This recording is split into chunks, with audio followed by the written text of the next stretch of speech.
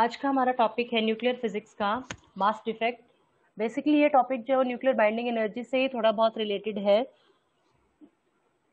Mass defect का मतलब ये है कि जब हम न्यूक्लियॉन्स की बात करते हैं तो न्यूक्लियॉन्स में क्या होता है, न्यूक्लियस जो होता है, nucleons in every nucleus are bound together. मतलब न्यूक्लियॉन्स जो होते हैं बाउंड होते हैं न्यूक्लियस के अंदर।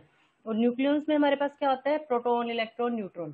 ठीक है, ये क्या होते हैं, बाउंड होते हैं with short range interaction forces called nuclear forces.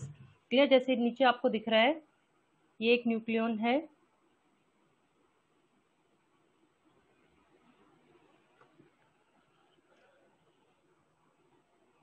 जैसे ये है। अब ये पूरा जो है ये न्यूक्लियॉन है आपके पास ये, और ये क्या हो गया, इनको सेपरेट कर दिया।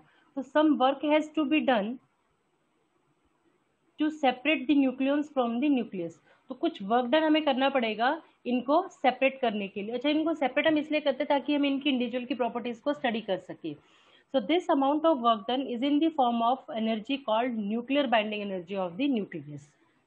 बाइंडिंग एनर्जी का कॉन्सेप्ट हम पढ़ चुके हैं। तो ये जो चीज है बेसिकली आपके पास,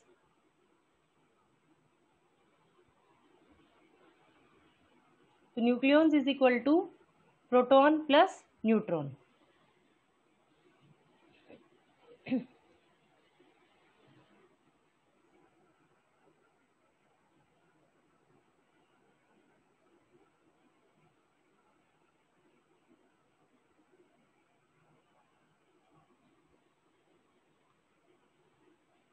देखिए ये न्यूक्लियस है, ये हमने इसको बाइंडिंग एनर्जी दी, और बाइंडिंग एनर्जी देने के बाद ये क्या हो गए, सेपरेटेड न्यूक्लियस हो गए। किस तरीके से होते हैं कि जैसे हम इसको बाइंडिंग एनर्जी देते हैं, एनर्जी का मतलब हम कुछ फोर्स लगाते हैं इस पे, तो ये क्या होते हैं, अपने आप में न्यूक्लियस जो है वो सेपरेट हो जाते हैं। अब तो बाइंडिंग एनर्जी क्या हो गई, that is the minimum energy required to separate the nucleus of an atom into its constituent particles. Clear? कि इसके पार्टिकल्स को निकालने के लिए जो हमें चाहिए होता है, उसको सेपरेट करने के लिए जो हमें एनर्जी चाहिए होती है, दैट इज बाइंडिंग एनर्जी। अब यहाँ पे जो मेन कॉन्सेप्ट है कि जो आइंस्टाइन का मास एनर्जी रिलेशन है, that is E is equal to M C square का जो मास एनर्जी रिलेशन है, E is equal to M C square, that is the responsible for your binding energy curve. Clear? That is responsible for binding energy curve. कैसे, अभी हम इसके बारे में देखेंगे, इसको पढ़ेंगे हम आगे।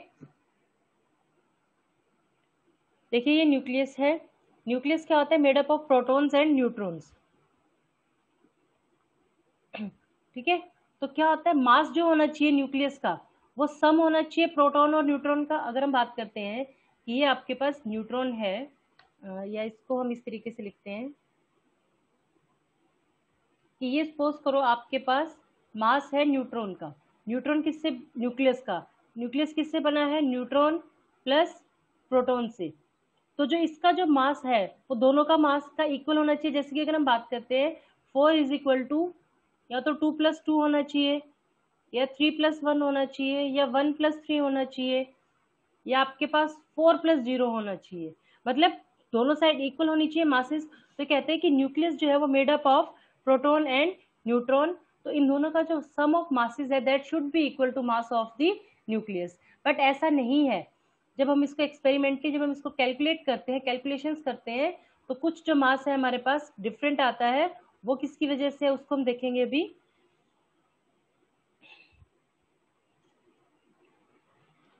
तो ये कहते हैं कि rest mass of the nucleus is slightly less than the mass sum of the rest masses of the free neutron and proton. कि जो टोटल मास होता है न्यूक्लियस का वो कुछ कम आता है। किस लिए कम आता है, क्योंकि कुछ मास जो होता है वो डिसअपियर हो जाता है in the formation of nucleus. क्योंकि न्यूक्लियस बनेगा भी तो ना, तो कुछ मास जो है वो उसकी फॉर्मेशन के लिए डिसअपियर हो जाता है, और उस मास को हम कहते हैं mass defect. This difference between the sum of the masses of the neutron and protons that form a nucleus and mass of that nucleus is called mass defect। Example से इसको हम और क्लियरली समझेंगे कि मास डिफेक्ट होता क्या है। Basically अगर हम यही बात करते हैं कि जो न्यूक्लियस है हमारा वो किससे मिलके बना है, न्यूट्रॉन प्लस प्रोटॉन से। तो इन दोनों का जो मास है, इसका मास प्लस इसका मास इसके मास के इक्वल होना चाहिए, लेकिन ये मास इक्वल नहीं है। तो वो जो डिफरेंस है दोनों के मासेस के बीच में, that difference is known as mass defect. और उस डिफेक्ट को कंप्लीट करने के लिए हमें क्या चाहिए, बाइंडिंग एनर्जी की हम हेल्प चाहिए होती है। So mass defect appears in the form of binding energy. Binding energy की फॉर्म में हमारे पास मास डिफेक्ट आता है। कैसे आता है अभी इसको देखते हैं। This is the formula of mass defect. Delta M that is difference in mass defect, इसको हम कहते हैं मास डिफेक्ट। तो बेसिकली तो ये होना क्या चाहिए, मास of proton plus mass of neutron, लेकिन ऐसा नहीं है। Z मीन्स एटॉमिक नंबर, जितना जो भी आपको एलिमेंट दे रखा हो उसका एटॉमिक नंबर, उसको हम मल्टीप्लाई करेंगे उसके मास ऑफ प्रोटॉन से, plus A minus Z. A minus Z आपको क्या देता है, नंबर ऑफ न्यूट्रॉन। Z आपको क्या देगा, नंबर ऑफ प्रोटॉन।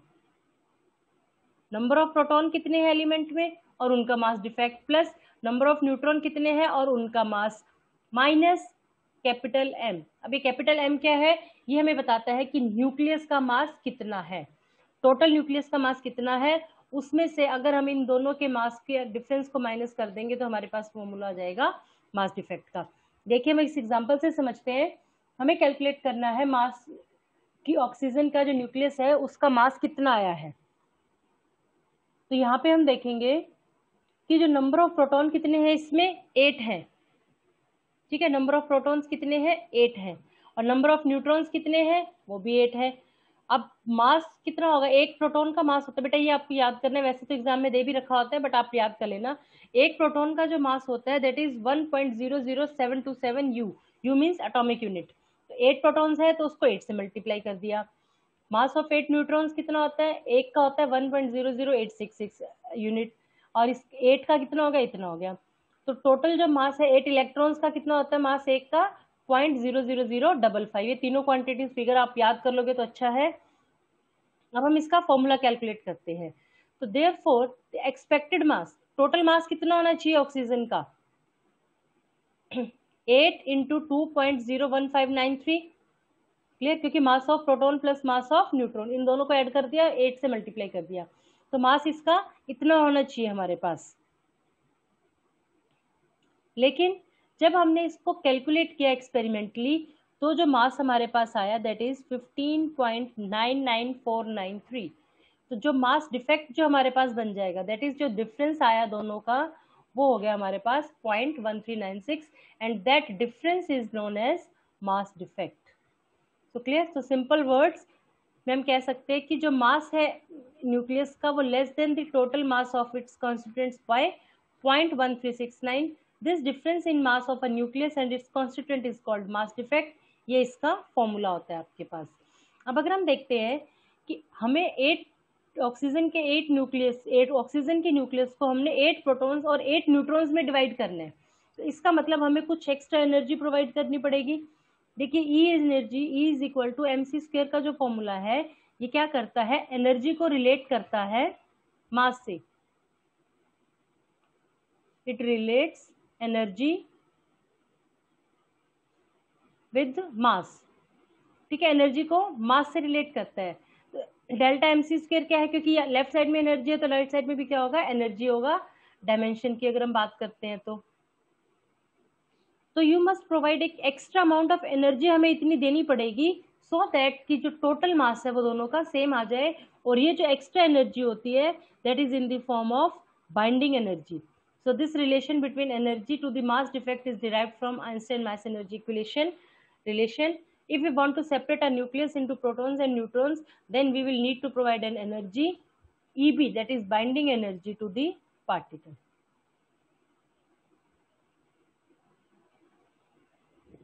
ठीक है, अगर हम बात करते हैं बाइंडिंग एनर्जी के एक्सप्रेशन मास डिफेक्ट की टर्म में, तो अगर हम सिंपली देखें तो ये हमारे पास एक न्यूक्लियस होता है। न्यूक्लियस को हम इस तरीके से दिखाते हैं, ये आपके पास एलिमेंट होता है, जिस भी एलिमेंट की हम बात करते हैं ये उसका मास नंबर होता है और ये उसका एटॉमिक नंबर होता है।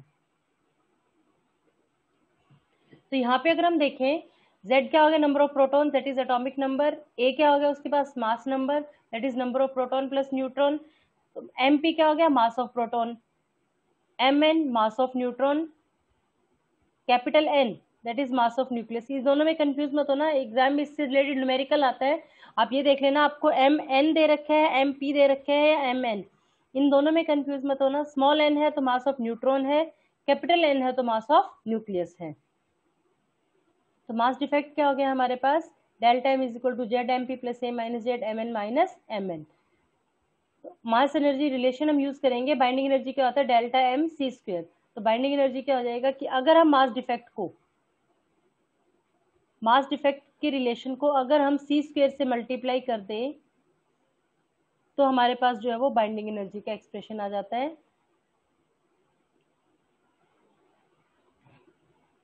That is most important expression, क्योंकि पेपर में आपके पास न्यूमेरिकल जो आता है वो यही इसी पोर्शन से आता है। आपको मास दे रखा होगा इन दोनों का ये, और आपको बाइंडिंग एनर्जी निकालनी है। क्लियर? या आपको बाइंडिंग एनर्जी दे रखी होगी, इनमें से कोई एक टर्म आपको निकालनी है। सी स्क्वायर की वैल्यू, सी आपकी वैल्यू पता है आपको 3 × 10⁸ मीटर पर second. where c is the velocity of light in vacuum. So this is the most important formula। अब हम इसको यूज करते हुए एक न्यूमेरिकल सॉल्व करेंगे कि सपोज करो आपको बाइंडिंग एनर्जी निकालनी है।